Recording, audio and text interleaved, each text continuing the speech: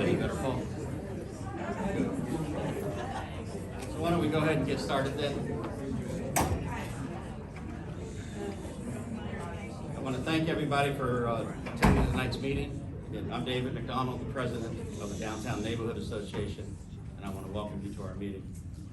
The DNA's mission is to enhance the quality of residential life in the historic landmark district, protect Savannah's unique downtown environment, and advocate public policies which support those objectives.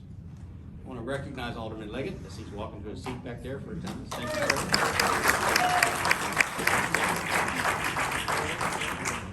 I also want to recognize all the sponsors of the DNA that you saw on the slides here going through. I also want to recognize Capital B, who is sponsoring tonight's meeting specifically.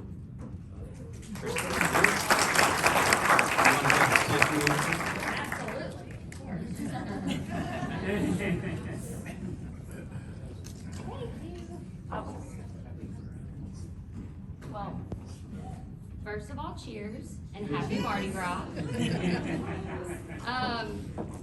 How many people have been to Capital B Company before? Look at y'all, you are not telling the truth. All right, how many people have not been to Capital B Company is a better question. All right, well, thank y'all so much. We're excited to sponsor tonight. We appreciate everything that y'all do with the DNA to advocate for our residents and our small businesses downtown.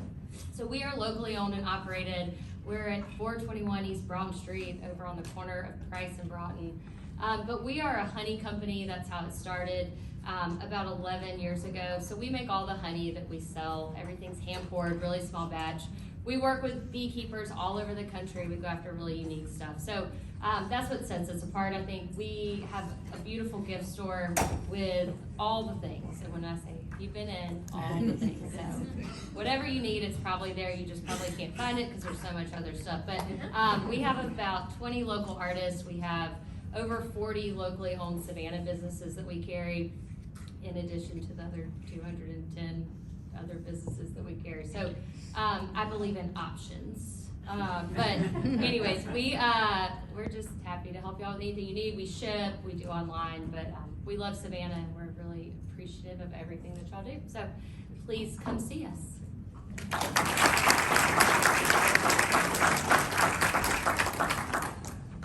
Again, thank you. Just a reminder that we're now soliciting grants for our community grants program. So those of you interested, you know, organizations that are interested, they can go to our website and send the application, and we'll be announcing those winners in May at our annual picnic. We have two presenters tonight. The first one will be Mr. Gene Dobbs Bradford. He's the executive director of the Savannah Music Festival. Mr. Bradford joined Savannah Music Festival as the executive director in February of 2022. He previously served as the president and CEO of Jazz St. Louis for over 23 years, as well as an expansion where he led an $8.5 million capital campaign, as well as the expansion of education and outreach programs reaching more than 200,000 students. Mr. Bradford, thank you. A lot of people, we're gonna be talking directly to you this time. So, my name is Gene Dobbs Bradford, as I said. I came to here, I've been at Jazz St. Louis for 23 years, and back in 2011, I was on a panel for the NEA reviewing grants by music organizations around the country, and I came across this grant application by this organization called the Savannah Music Festival. And I'd never heard of it before, and I was reading about it, and I'm like, wait a second, these guys have a really interesting festival. It's very, very diverse. There are a lot of different styles that are represented, and they put together these interesting combination of artists. So you can see jazz artists performing with world music folks, and it was just like, you know, really wonderful. And then they had these excellent education and outreach programs. And you know, during the pandemic, like a lot of folks, I was sort of wondering, what's next? What's next for Gene Dobbs Bradford? And I thought to myself, hey, I wonder if that festival in Savannah is hiring now. And sure enough, they were. So I threw my hat in the ring, and here I am. And I'll tell you what, the experience has been much better than I ever thought. It's really because I've got a great staff there. We've got a wonderful board, and the Savannah community has been absolutely fantastic. I think that one of the interesting things about Savannah is it's so civic-minded. People really work hard to do what's best for the city and put that at the front of their thoughts when they're making decisions. and I really applaud that. The interesting thing too, just so you all know, I might as well, tomorrow is actually going to be my 1-year anniversary, so I haven't quite been here yet. But I'm having a blast, and you know, the festival is a wonderful place to work. So let's find out a little bit about the Savannah Music Festival. Of course, it is the largest musical event in Georgia, and it's also, as I mentioned before, very distinct and respected around the country. As a matter of fact, I'll tell you that it was the top rated grant application that year, and these grants included grants from a lot of major symphony orchestras and a lot of other things.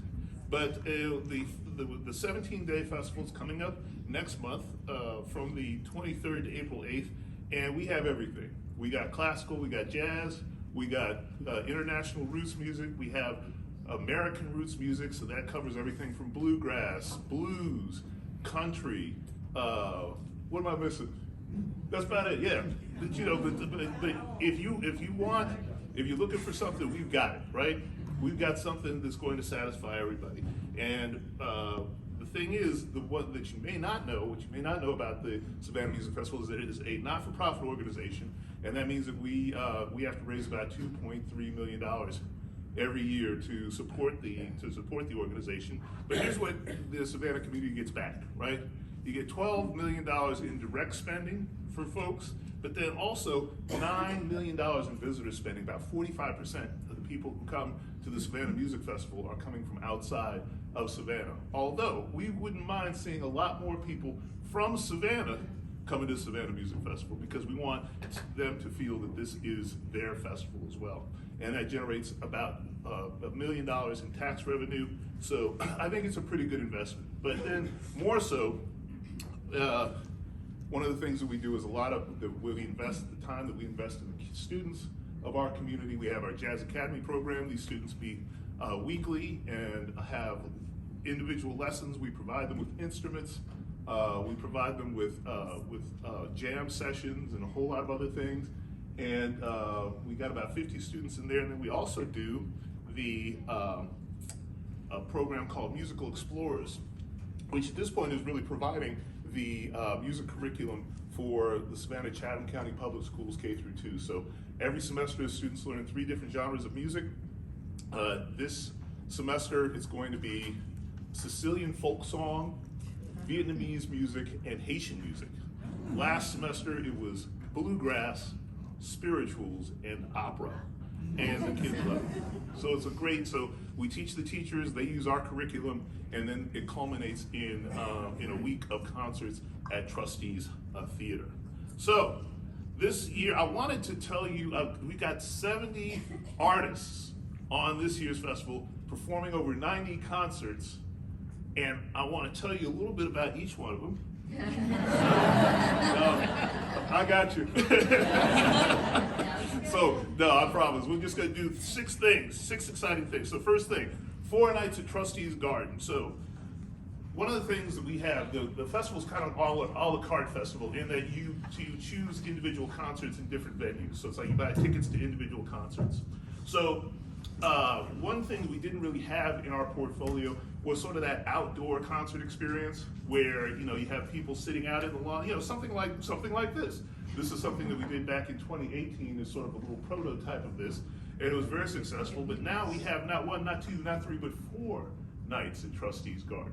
So, and the first 2 nights are going to be with the legend of the blues, Buddy Guy. Yeah. And he's on his farewell tour, so, you know, this is going to be your last chance to get to see him out on tour because he's not doing it anymore. We also have Dusty Trucks Band, and we're going to wrap everything up with an evening of funk with Galactic, Corey Wong, and Nate Smith and Kinfolk, and we are going to put the fun in funk. We're going to have food trucks for all these.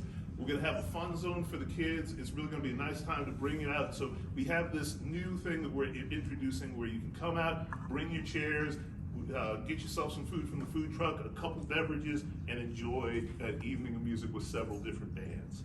So that's very exciting. Next thing number 2, is the exciting classical program that we're going to be bringing to you all. The first thing that we have is going to be the Zurich Chamber Orchestra, which is led by Daniel Hope, who used to be our Associate Artistic Director, and he's going to be performing a double concerto with our current Associate Music Director, who started in 2020. So we never really gave him a chance to have the handoff, right? From one. So this is finally going to be a time we're going to get the two of them together. They're really good friends. They were best men at each other's weddings, so they know and love each other. But that's really when you have the most fun making music, is when it's with somebody that you really enjoy. But then we also have the Emerson String Quartet, who are on their farewell tour, and groups like the Dover String Quartet, and they're going to be with this man, Joseph Conyers, who is a Savannian. So, and he's now the assistant principal bass of the Philadelphia Orchestra, probably going to end up being the principal bass there before too long. He's really making a big name for himself in the classical world, and we know that we're going to have a lot of family coming out for him. So it's always good to see a local, one of our local sons doing well. So that's thing number 2. Now, thing number 3 are the exciting co-bills that we have. We have a number of wonderful acts. So the double bills are where we put 2 acts together, so you get two different artists for the price of one. And we try to, Ryan, our artistic director, who's here with us today, he takes a lot of time to think about what combination is really going to work well. So we have things like the infamous String Dusters with Sierra Hull, one of the best mandolin players in the world today. And you know, something that what you do if you put these artists together and they like each other, you know, because they listen to each other the first set, right? They say, well, hey, why don't you come on up and play with us on the second set? And I can't guarantee that's going to happen, but you never know. You never know, right?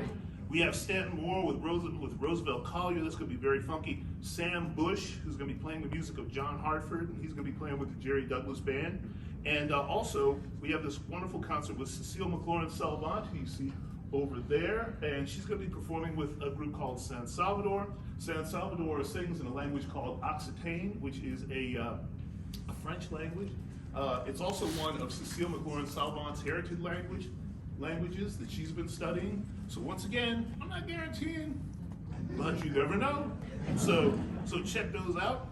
All right, moving down the list. Thing number 4, our strongest jazz programming ever, which I'm of course very proud of. I worked in jazz for a long time, but we have this great combination. We have Kenny Barron. We have a lot of grand masters, so people who have been named NEA Jazz Masters. That's like the top designation for jazz artists in the United States. And both of the 2 gentlemen on the I'm trying to think of your on the left. Yeah, they're both NEA Jazz Masters.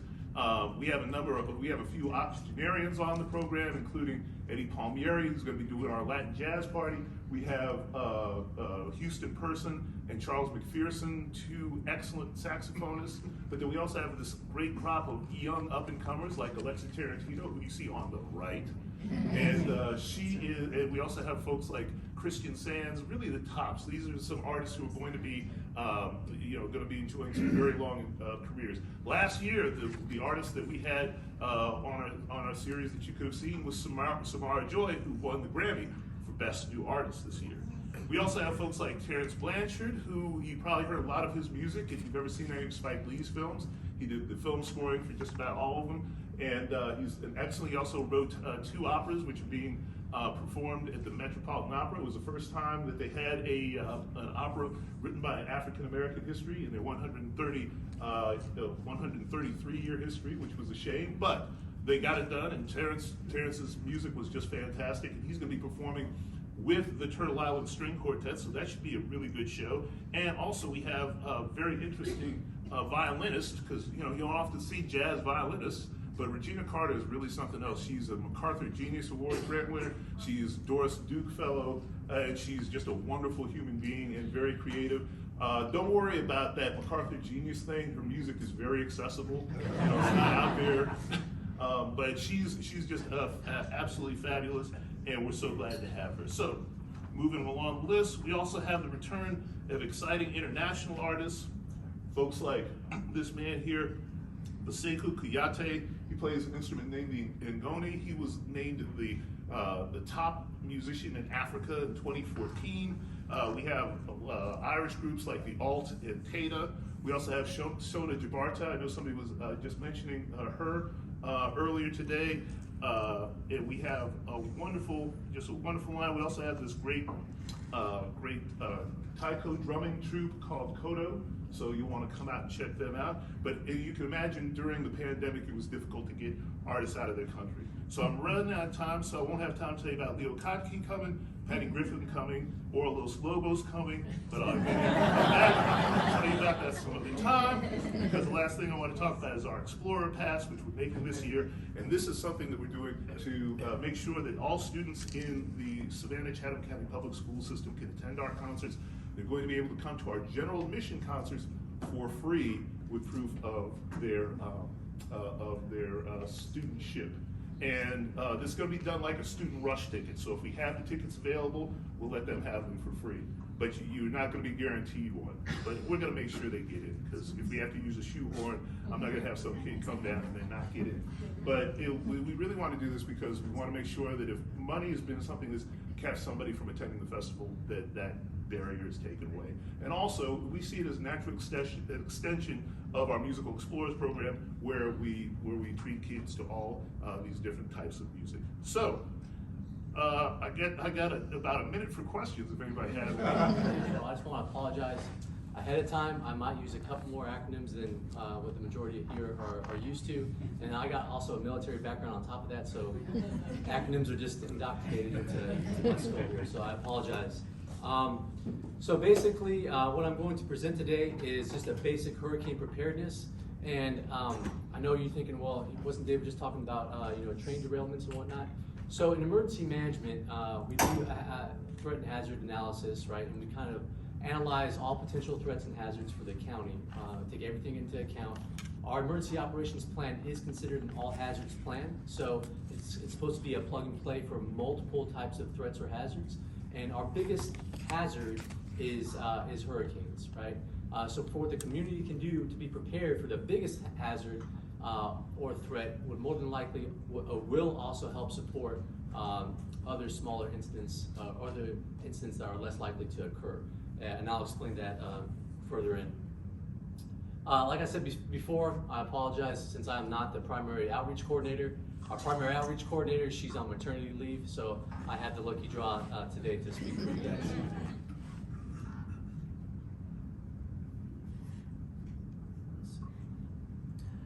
All right, so just a brief background. Last year's hurricane season forecast, the total numbers, there was a total of 18 named storms, 8 hurricanes, and then 4 major hurricanes. Just a brief show of hands, or who knows what constitutes a major hurricane? 75 miles an hour. A category 3 or higher is considered a major hurricane. So there was 4 major hurricanes last year.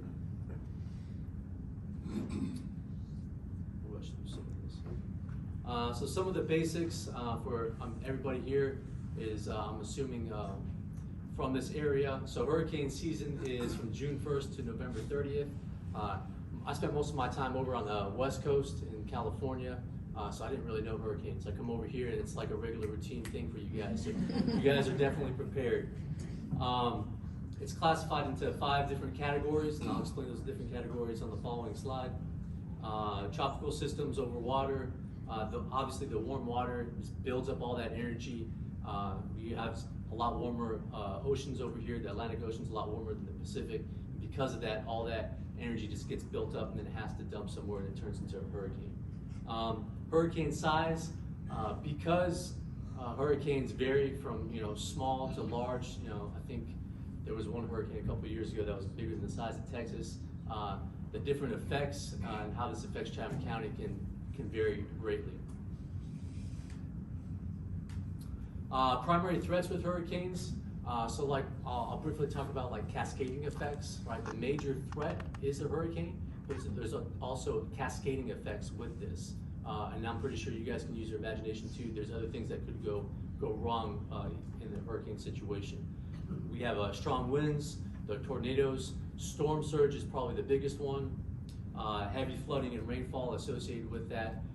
You're thinking about damaged infrastructure, the pipes, the water systems, eroding road systems. all of that, not to mention the delayed in also the economy also, and then evacuating people. So it's a complex situation, right? Here are the 5 different hurricane categories, 1 through 5.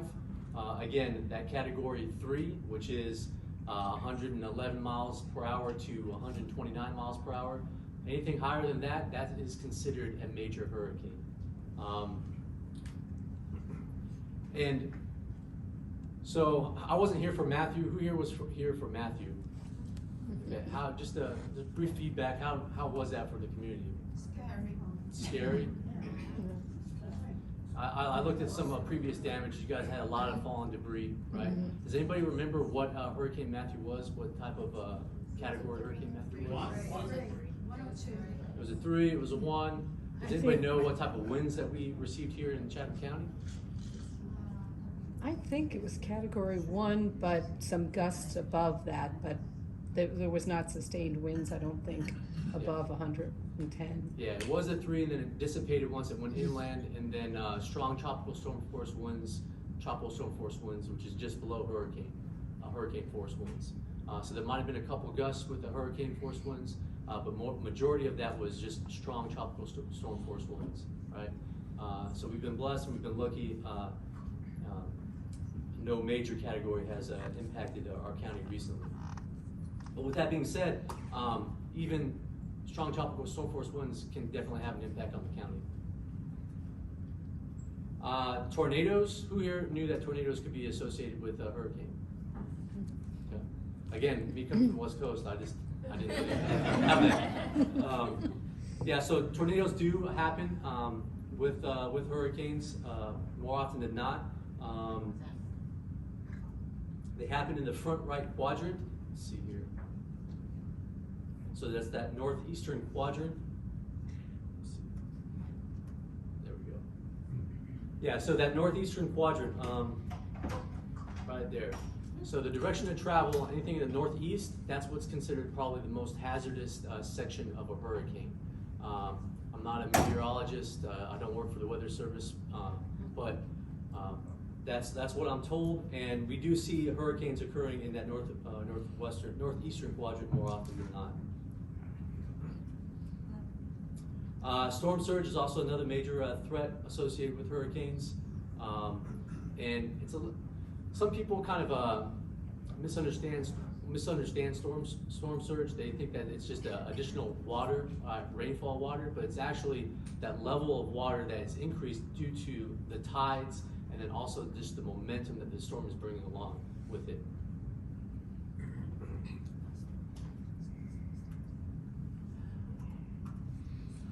We got a little graphic here. Let's see if it's clear. So here we can just see how storm surge can affect a local coastal community as the water builds up after those strong tropical storm force winds, those hurricane force winds get stronger and stronger. There's more of that surge getting pushed inland farther and farther, and it just compounds on top of itself. And then if you add this with either a high tide, and additional rainfall from those rivers that are also flooded upland, and then the water's coming down, that water compounds itself. So these are some maps of Chatham County that were developed by our GIS, that's the Global Information Systems, our Geographic Information System. A layout of Chatham County, and again, this is a worst case scenario, so there's a lot of different calculations that go into what actually it looks like for a storm surge affecting Chatham County. Hurricane 1, I don't know if you guys can read it, but it's color coded down the bottom left. The blue is up to 3 feet, and then it just gets higher and higher the darker the colors there. But again, a lot of it has to do with its speed, its intensity, how strong the storm is, the direction of movement. Because if it's fast and if it's quick, you can just graze right by us. But if it's hitting us directly, again, that rotation also matters because hurricanes rotate counterclockwise, right? So a lot of it depends on different factors that could affect our county. Category 2, we see here that the majority of the islands, they are receiving more storm surge. Category 3, this is where we can see it affecting the Ogeechee and the Savannah River more inland. Category 4, the rivers are swelling up and more of those smaller inlets are also overflowing. And then Category 5, again, worst case scenarios. These categories are worst case scenarios. There have been some categories, hurricanes that just skirt us off the coast of the Atlantic, and we don't see the storm surge because a lot of different factors playing to effect here. But the majority of downtown, if you can see, there's a high point here. Yeah, there's a high point here. So downtown Savannah is actually one of the highest elevation points of the county. So again, some factors that influence storm surge. The stronger winds will produce a higher rate of surge. The size, I talked about the size and the forward speed. The slower systems, they have more time to develop. If that system brings rain, then again, the compounding effects. The faster systems, they could just push right through. And lastly, probably the most important is the angle of approach. Because if we're on the back end or the southern part of a hurricane, that's the weaker side, right? If we're on that front right quadrant, that northeastern quadrant, not only are we getting the winds with the associated storm, but that forward movement speed compounds that effect also.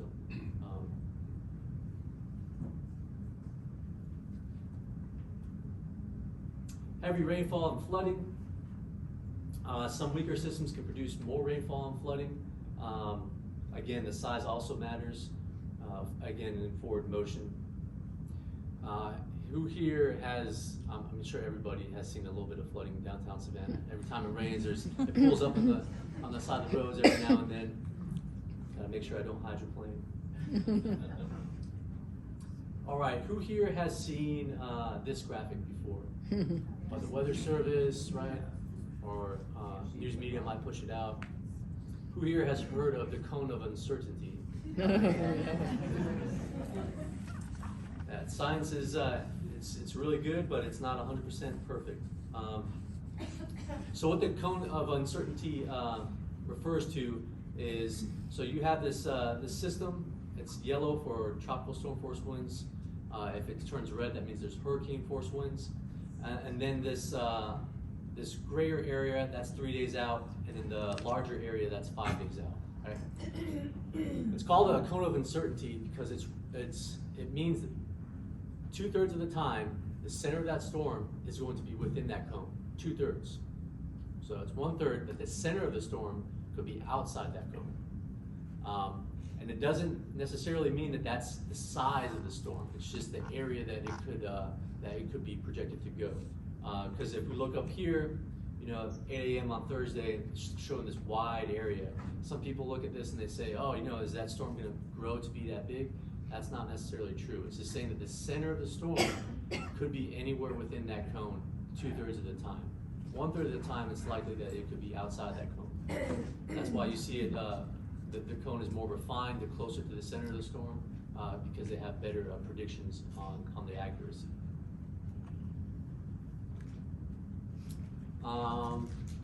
Okay, Hurricane Elsa, that was in 2021, so a year and a half ago.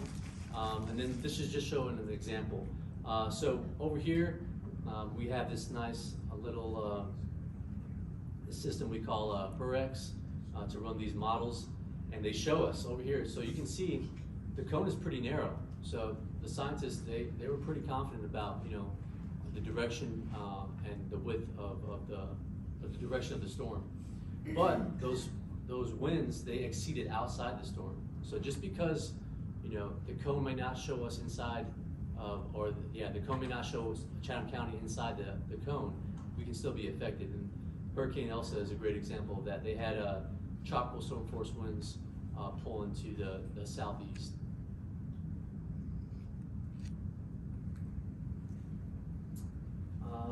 and this might kind of segue into my pitch later in the presentation. But we have a way to push out social media to communicate with all local residents within Chatham County. It's CEMA alerts.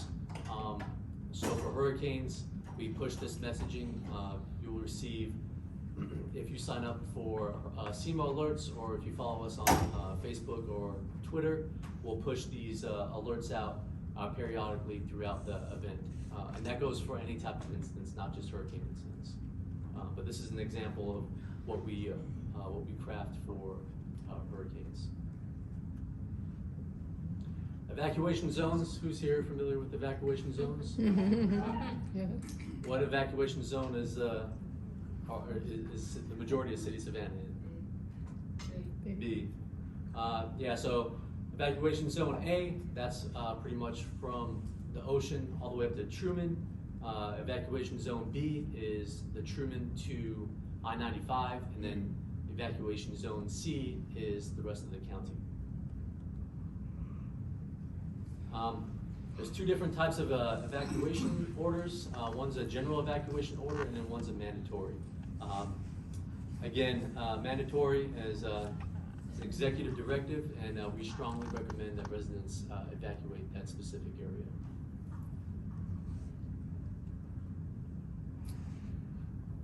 So moving into the next segment of this presentation, what can you guys do to be prepared? Again, not just for hurricane preparedness, but any type of emergency situation. Just the basics, right? Have a family plan. Know where your potential inland destination is going to be. If you need to evacuate, how are you going to get there? Make sure that you have a means of transportation. Communication is critical, right? I know that we rely on our cell phones now in this day and age, but make sure that you have either like a black book or some type of notepad or some way to memorize the critical phone numbers. Make sure you have copies of all essential paperwork in a little to-go kit or a carry-out safe. The better prepared that you are as individuals makes a more resilient Chatham County. We have additional information if anybody's interested on how to build out these little to-go kits or family emergency plans. If you guys are interested, please just see me afterwards, and I can point you in the right direction.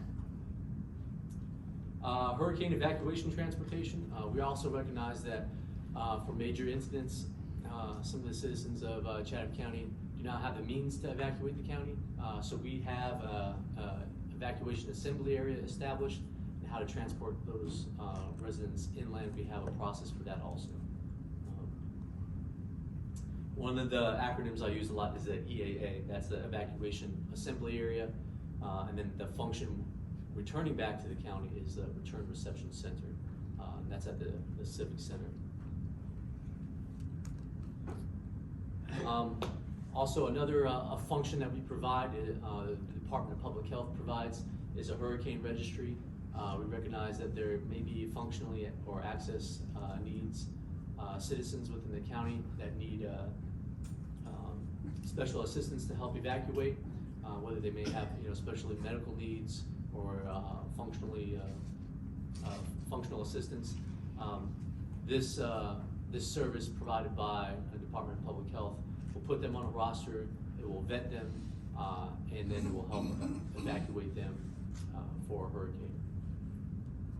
So if yourself or if anybody that you know, any family members may qualify for this, please just call this number down here, 1-833-CHD-REGISTER, or again, you can see me or go to our website. There's links here on how to register for this service. Last but not least, again, probably the most important thing to take away from this presentation is how to receive alerts, right? And again, this goes not just for hurricanes, all type of alerts, right? All type of emergencies that could threaten the community. We have this program here, CEMA alerts. We notify the public through, that's our primary means of communication with the public. CEMA has a 24/7 duty officer on scene, and we're always monitoring the radio nets, we're monitoring social media, we're monitoring the news outlets, we're working with first responders from all the municipalities. So if anything major affects the communities within Chatham County, we'll notify, and then we'll inform the public through CEMA alerts. So that concludes, I don't know how much time, I think I had maybe 25 minutes, but I'm at 19 right now. So that concludes my presentation.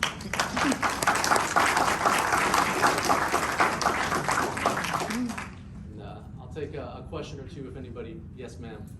Can you describe the decision-making process for issuing evacuation orders? Yes, ma'am. That's specifically for hurricanes. So there is a such thing as a command policy group, and that's made up of the chairman and elected officials, and we brief them multiple times a day as a hurricane approaches. So whatever the incident is, my director is in direct communication with the county manager, elected officials to inform them of the situation, and then once they make that determination, we help support that directive. So whose decision is it? It's primarily the chairman's, but it's a collaborative effort in how informed he is. And I have a follow-up question, which is, do you have the ability to test these plans, and have they been tested? You're asking the right guy. So I'm not necessarily an outreach coordinator. I'm a training and exercise specialist. So You're doing great, Taylor. yes. So we so CEMA, us, and then GEMA, Georgia Emergency Management Agency, and then FEMA. That's kind of like the hierarchy.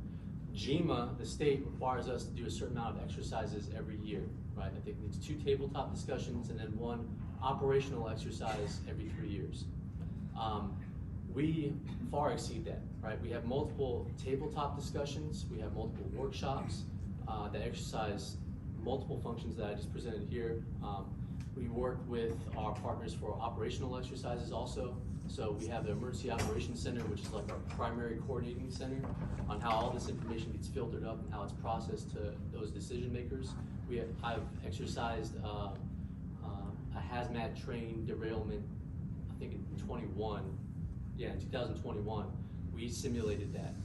And it was a functional exercise, so we had a lot of injects and simulated scenarios that were presented to these coordinators. And then that's just our exercises. We also work with a lot of, Hospitals? we work with hospitals, we work with private sectors here in the business that have, we worked with Colonial Oil before, we worked with the Coast Guard, they have exercises, functional exercises, so it's continuous. Thank you. Yes, sir. What do you consider outside of hurricane? What is